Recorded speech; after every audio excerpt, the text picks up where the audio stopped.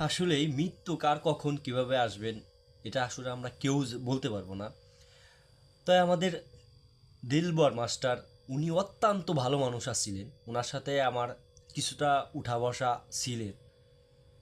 নামাজে গেলে ওনার সাথে দেখা হইতো, দৌলতপুর গেলে ওনাকে অনেকবার নিয়ে এসেছি। আসলে ওনার মতো মানুষ আমি খুব অল্প মানুষ পাইছি, এত সলিড লেনদেন ভালো, কথাবার্তা ভালো, ভালো বুদ্ধি পরামর্শ দিতেন, মজা করতেন। আসলে কিছু মানুষ হারাইলে অনেকটাই কষ্ট লাগে। দোয়া করবেন ওনার জন্য সকলেই, যাতে আল্লাহ তালা জান্নাতবাসী করুন। উনি অনেক ভালো মানুষ ছিল, আল্লাহ তালা অবশ্যই ওনারকে জান্নাতবাসী করবেন।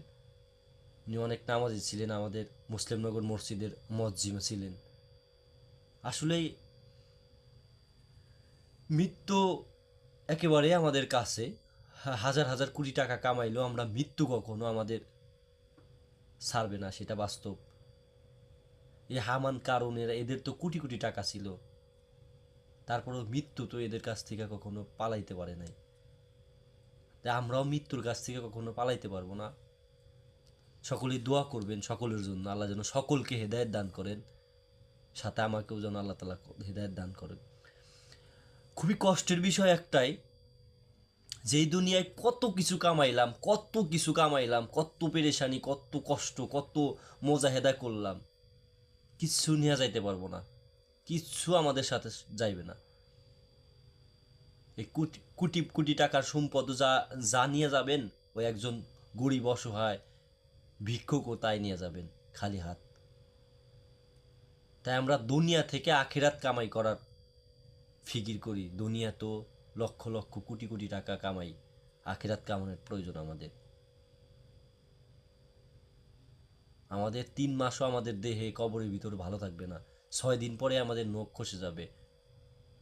সব কিছু উপরালার ইচ্ছা। দোয়া করবেন সকলের জন্য সকলেই, যাতে সামনে রমজান মাস আমরা ভালো কিছু করার তৌফিক আল্লাহ তালা আমাদের করান। ধন্যবাদ সকলকে। আসসালামু আলাইকুম আরহামতুল্লাহি আবরাকাত। 6 দিন পরে নখ খসে যাবে, 9 দিন পরে চুল। 6 দিন পরে নখ খসে যাবে, 9 দিন পরে চুল।